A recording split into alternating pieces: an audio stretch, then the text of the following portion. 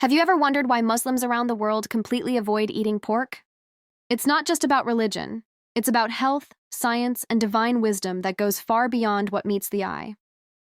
Let's dive deep into one of the most misunderstood topics and uncover the real reasons Muslims stay away from pork. In Islam, pork is strictly forbidden, or as Muslims say, haram. This command comes directly from the Quran, the holy book of Islam, where Allah clearly says, "Forbidden to you is dead meat, blood, the flesh of swine." Surah Al-Ma'idah 5:3.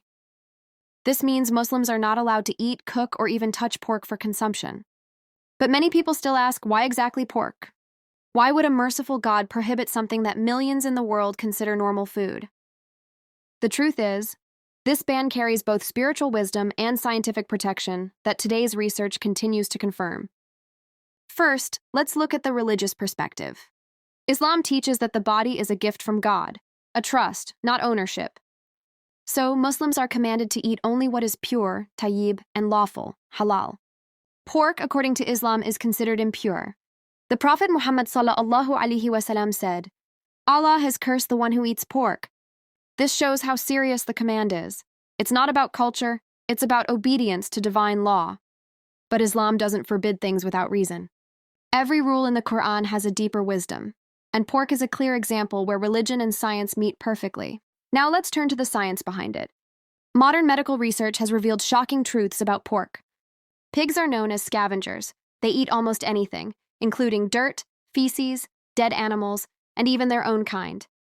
Their digestive system is very simple and fast, meaning they don't properly filter toxins. As a result, much of what pigs eat remains in their body tissues as fat or parasites.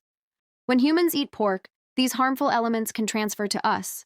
One of the biggest dangers is parasites and worms.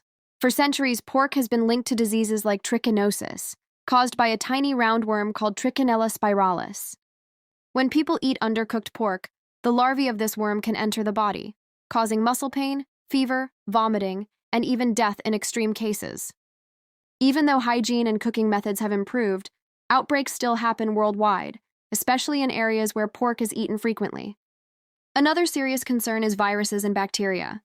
Pigs can carry swine flu, hepatitis E, tapeworms, salmonella, and other dangerous pathogens.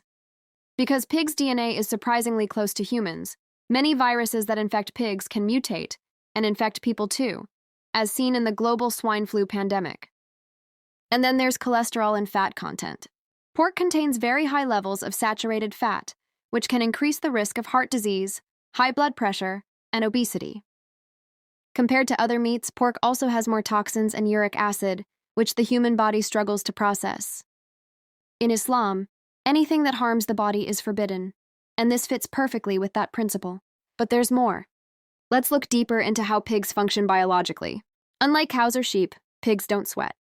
Sweating is one of the main ways animals release toxins, but pigs retain most of theirs inside. That means their flesh naturally contains a higher concentration of harmful substances. So when a human eats pork, they indirectly consume those toxins too. This is why many doctors, even non-Muslims, have advised limiting pork consumption.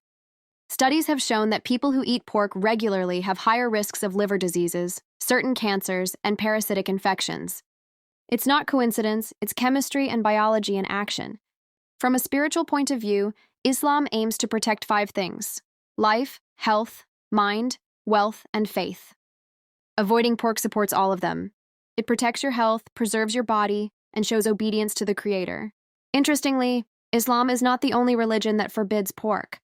Judaism also prohibits it in the Torah, where it says pigs are unclean because they have split hooves but do not chew cud. So the ban on pork goes back thousands of years, across cultures and prophets. And even today, in the age of advanced science, we find that these ancient rules carry timeless wisdom. When the Quran was revealed over 1400 years ago, people didn't have microscopes, laboratories, or medical research. Yet Islam's dietary laws perfectly align with what modern science confirms now. That's why many scientists have come to respect these divine commands, seeing them as early health protections, not just religious restrictions. Let's put it this way. Islam doesn't forbid something just to test you. It forbids it to protect you. Every command has mercy behind it. When a Muslim refuses pork, they're not being extreme. They're being conscious. They're saying, "I trust the Creator more than my desires." And that's the heart of faith. It's not about deprivation, it's about discipline. It's about choosing purity over pleasure, health over habit, and faith over flavor. Today, science continues to prove what Islam taught long ago, that avoiding pork is not just spiritual obedience, but also physical wisdom. Because when you follow what's halal, you're not only feeding your body, you're also feeding your soul. So next time someone asks, why don't Muslims eat pork?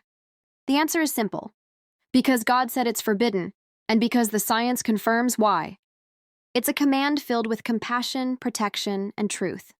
And maybe, just maybe, it's time the world sees this ancient wisdom not as restriction, but as revelation.